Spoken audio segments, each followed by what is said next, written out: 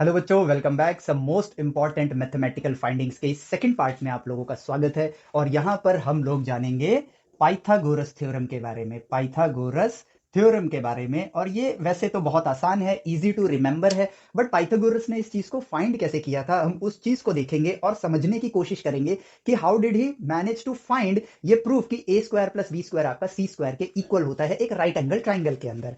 तो इसको हम स्टार्ट करते हैं और सबसे पहले हम लोग देखते हैं एक राइट एंगल ट्राइंगल को। ठीक है, सो आप देखो, बहुत ही आसान सा छोटी सी वीडियो है, फटाफट हो जाएगी, लेकिन समझना इंपॉर्टेंट है, इसको फील करना। क्योंकि यहां पर आपको मैं कोई प्रूफ नहीं दे रहा हूं, हालांकि प्रूफ तो दे ही रहा हूं, लेकिन आपको यहां पर मैथमेटिकल माइंडसेट को देखना है कि कैसे एक पर्सन का मेंटल एप्टीट्यूड उसको नई नई चीजें डिस्कवर करने में मदद करता है। इस चीज को आपको देखना है, ठीक है, क्योंकि आपको भी वही बनना है इन दी एंड। ठीक है, सो देखो, पाइथागोरस राइट एंगल ट्रायंगल्स को स्टडी कर रहे थे और उन्होंने ये नोटिस किया कि भाई राइट एंगल ट्रायंगल्स में, नोटिस तो खैर हम भी कर रहे हैं कि यहां पर एक साइड है ए, इसकी लेंथ है बी और इसकी लेंथ है सी। और इसकी नीड क्या है, क्योंकि अब हम कोऑर्डिनेट प्लेन्स में लोगों की पोजीशंस को बता सकते हैं। तो सी की वैल्यू अगर ए और बी से पता चल जाए, अगर ये फ्रेम ऑफ रेफरेंस है हमारा, ठीक है, जो कि हमने लास्ट वीडियो में जाना ही है कि फ्रेम ऑफ रेफरेंस क्या होता है, तो ये मेरा एक्स कोऑर्डिनेट है, ये मेरा वाई कोऑर्डिनेट है, तो सी की लेंथ मैं कैसे बताऊंगा। और वेक्टर्स में भी इसका यूज होने वाला है, एक्स कंपोनेंट, वाई कंपोनेंट और वेक्टर का मैग्नीट्यूड क्या होगा।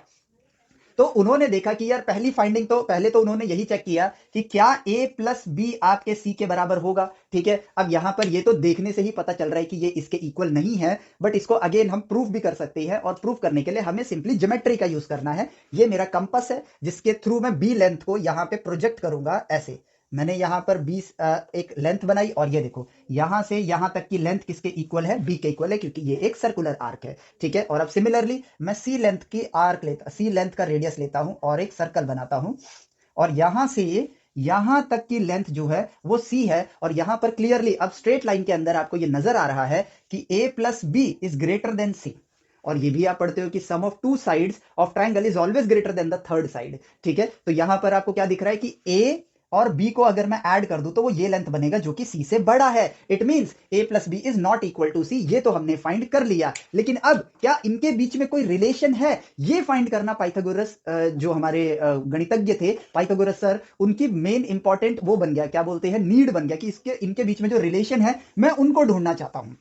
तो उन्होंने क्या करना स्टार्ट किया, अब उस चीज को देखते हैं। उन्होंने इस ट्रायंगल को देखना स्टार्ट किया, राइट एंगल ट्रायंगल को देखना स्टार्ट किया। और जब वो ट्रायंगल को देख रहे थे, स्केल के बिना ही हो जाएगा, ठीक है, उन्होंने राइट एंगल ट्रायंगल बनाया।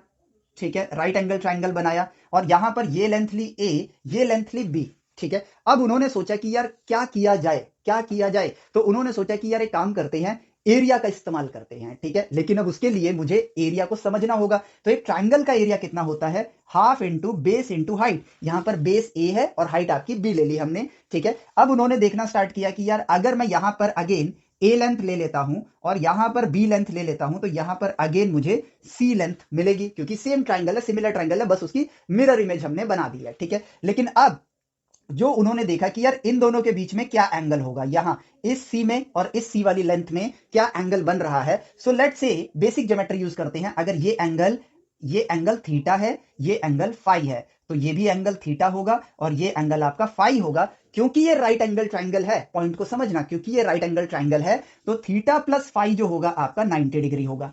थीटा प्लस फाई जो होगा वो 90 डिग्री होगा। और अगर मैं ये कहूं कि theta is not equal to phi, उस केस में हम देखते हैं अब, ठीक है, जनरल केस ले लिया, हो सकता है इक्वल हो सकता है ना इक्वल हो। ठीक है, तो अगर इक्वल होगा तो ए और बी भी आपके इक्वल होंगे, बट ए और बी हमें डिफरेंट रखने हैं ताकि जनरल केस बन सके। तो ये जो कंप्लीट एंगल है, ये एंगल कितना हुआ, 180 डिग्री। तो यहां से आया 2 थीटा प्लस, इस एंगल को अल्फा बोल देते हैं, alpha is equal to 180 degree and alpha is equal to 180 minus 2 theta.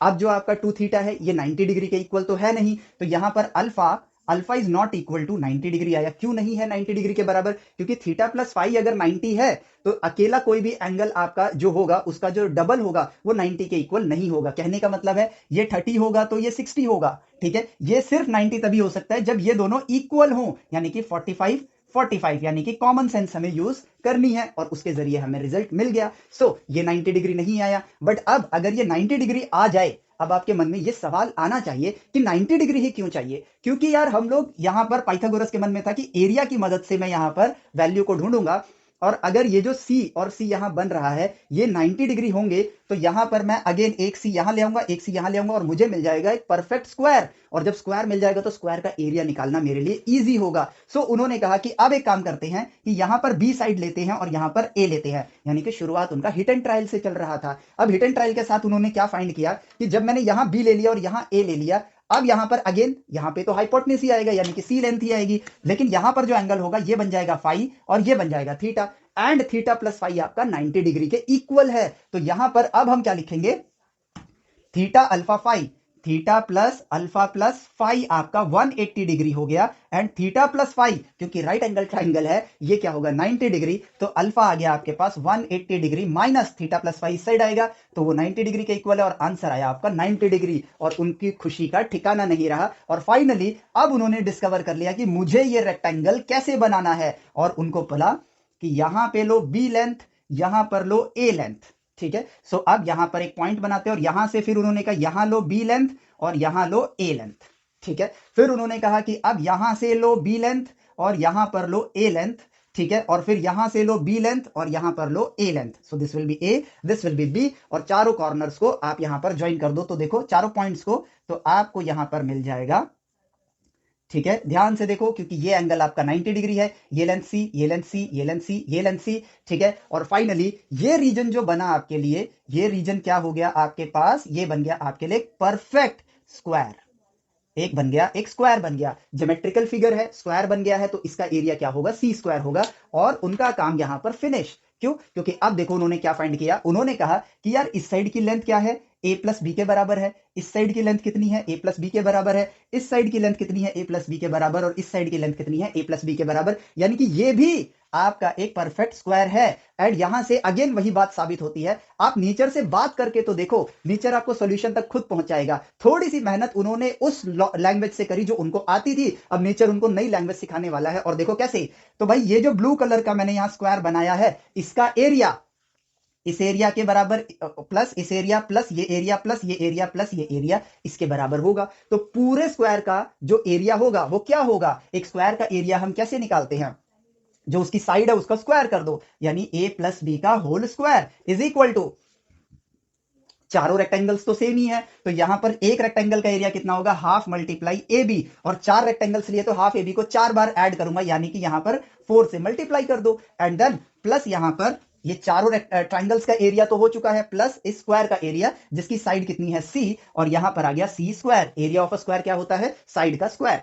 And finally A B और सी के बीच में रिलेशन आ गया, finally A B and C के बीच में रिलेशन आ गया। और अब बस हमें क्या करना है, इसको सिंप्लीफाई करना है, तो हम फाइनल रिलेशन में पहुंच जाएंगे, A square plus B square plus 2ab is equal to 2ab, 4 multiply half 2 हो जाएगा, प्लस में C square, this and this cut, and eureka, वहां के लोग यूरेका बोलते हैं, ठीक है। And finally here is the relation, आपके पाइथागोरस में साइड्स, पाइथागोरस सर ने साइड्स के बीच में जो रिलेशन है उनको डिस्कवर कर लिया। और अब हम फ्रेम ऑफ रेफरेंस में अगर मुझे एक्स एंड वाई कोऑर्डिनेट पता है तो मैं उसकी जो एक्चुअल डिस्टेंस उसको ट्रैवल करना है उतना रोटेट होकर वहां पहुंचने के लिए उसकी लेंथ बता सकता हूं। और अगला टास्क मेरा खुद क्या निकल कर आएगा, एंगल्स को फाइंड करना, जिससे एक शुरुआत होगी आपकी ओरिजिन ऑफ ट्रिग्नोमेट्री की। और यही है मैथमेटिक्स की वो फाइंडिंग जो आपकी फिजिक्स को आसान बनाएंगी, मैथमेटिक्स को आसान बनाएंगी। और इस वीडियो के लिए बस इतना ही, क्योंकि देखो चीजें आसान है, बेसिक्स हैं बस ये, लेकिन देखो जब जड़ आपकी मजबूत होगी ना तो फाउंडेशन स्ट्रांग होगा, और फाउंडेशन स्ट्रांग होगा तो चीजों को समझना बहुत ज्यादा आसान हो जाएगा,